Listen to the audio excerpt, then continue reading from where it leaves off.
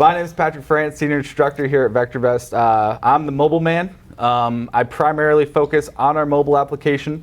I do a lot of the education work for that. I do our jockey club with some of these guys here as well. Also, every Thursday at 11 a.m. Eastern Time, we do a mobile training session on Facebook.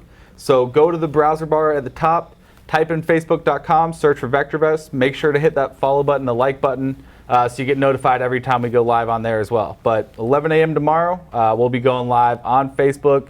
So make sure to tune in for that as well. GNRC. And this is actually going to piggyback kind of off of EMPH.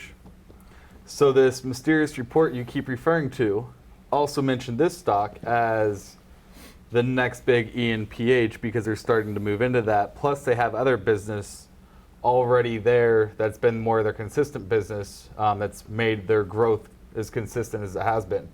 When EMPH has dropped a lot, this stock has pulled back a little bit with the market, but once again, recovered nicely. The stochastics was oversold, hit right into that oversold territory below 20, started popping. Today, the 3 just crossed above the 8. I liked this stock a month or two ago. I still like it today. You can't really go wrong with that earnings. Smooth, consistent. It's not necessarily the hottest moving stock, especially, a stock that I would suggest usually is a little bit more aggressive. But, for a consistent winner, this is a very easy pick to go with. At this stage, it's rallying here today. It's slightly off of its highs. If you wanted to play a little bit more conservative approach, just put a line of resistance right at that high there.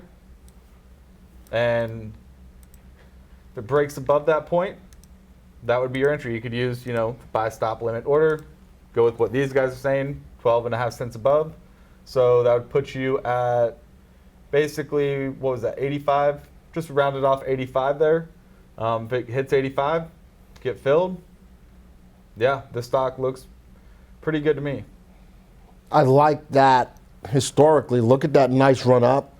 It does have great upside if it can break above that level. This stock has just been hitting high after high after high after high. This is on 1 year graph after high, pulled back, and if it does break above that level of resistance, after coming out of the level of being oversold, and the earnings look as good as it does, that could be a nice play with some more room to the upside. Todd, you're shaking your head. Like it, yeah. Particularly on the break of the high. So. Okay. Oh, here comes in-phase guy.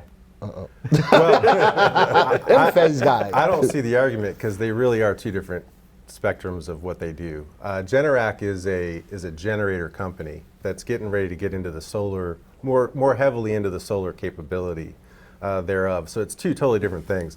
Enphase focuses on the ability to network things together and create grids. It's really two different businesses, and that's what I mean about kind of these pump and dump newsletters and things. Now, going back to where I'd like to focus on this would be, I agree, a break of the high and the stock looks great, and there's no denying that the earnings are very, very strong here. So, I like the pick.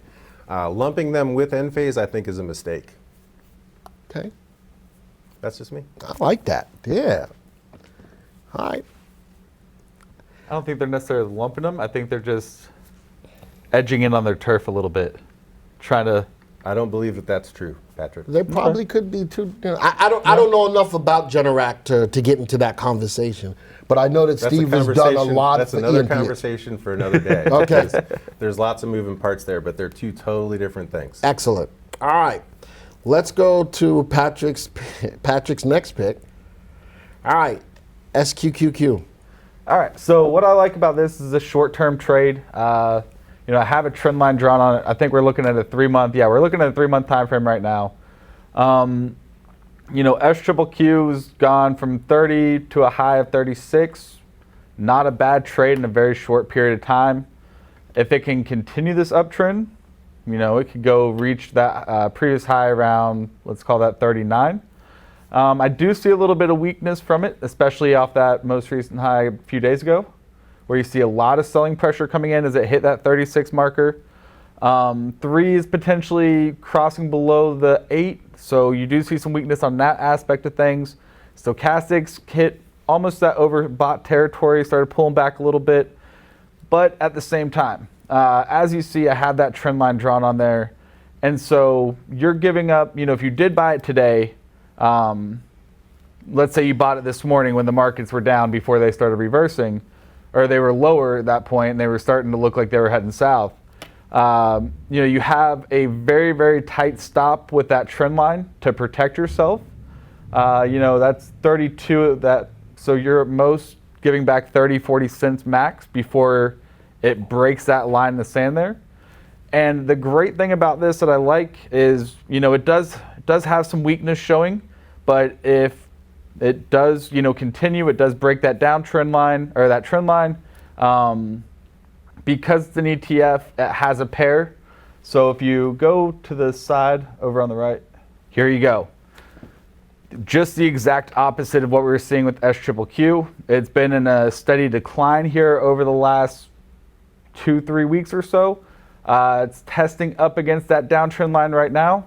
If it can't break above it, then you're already in SQQQ. But if it breaks above, or if the SQQQ breaks below that trend line, then you can just switch your order, get into TQQQ, and ride that uptrend since it is breaking that downtrend line at this stage. So if the market continues to get ugly, like it has over the last few weeks, you're staying in SQQQ, but the great thing about this is if you're wrong, you have a backup plan just in case that can easily make up your loss and then some. The primary wave is for the first time up today in quite some time over the last few weeks. So, you do have that going for you.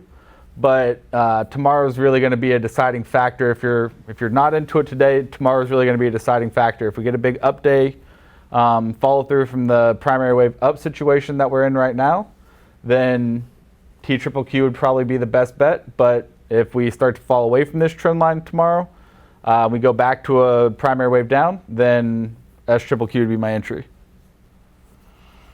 I just want to put out one disclaimer, especially if you're relatively new to the market. Be careful with triple leverage ETFs. They are a trading vehicle, not more of a investing vehicle. So just be careful with that.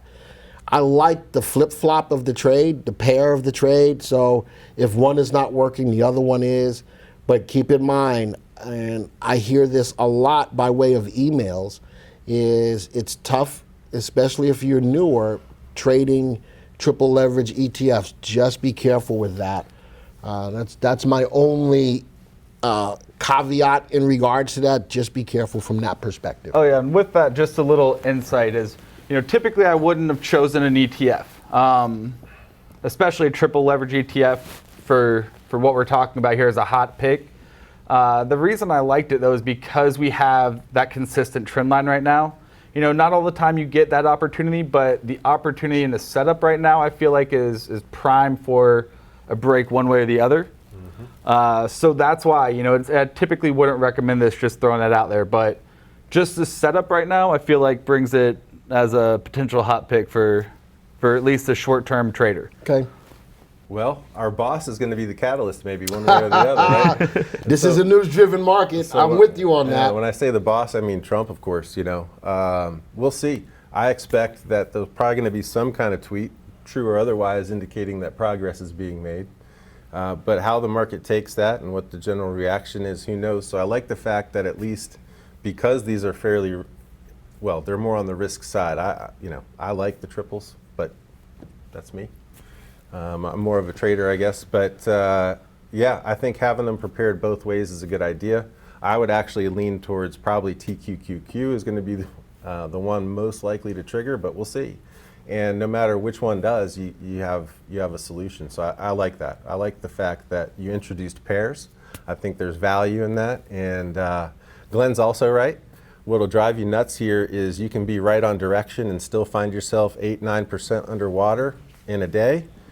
But if you're able to hang in there, could make 20%, so yeah. They're not easy to trade, but the trend lines I think are a great guide here, and I like your picks. Yeah, so you can see how gappy and whippy the price action is, right? Mm-hmm. So kind of echoing that same point is, well, okay, the broader trend, the established trend right now is to the downside, so I'm favoring that. The beauty of using the trend line is you can let some of that gappiness express itself. The place you get into trouble or into difficulty is if the market decides not to enter that trend and just decides to bounce around sideways for another week. Right? So then the 3 and 4 point daily swings Can kill you. can, Or well, they at least they can test your nerves. There They you will go. test That's your. probably They will a- test your will. Yeah. Thank you for taking the time to watch this video. Now, if you're new to the software or would like refresher information about the software, click on this Getting Started video right here. Thanks to all of your input, here's a YouTube video that we think would be perfect for you. Click right here. If nothing else, folks, just hit the subscribe button right here.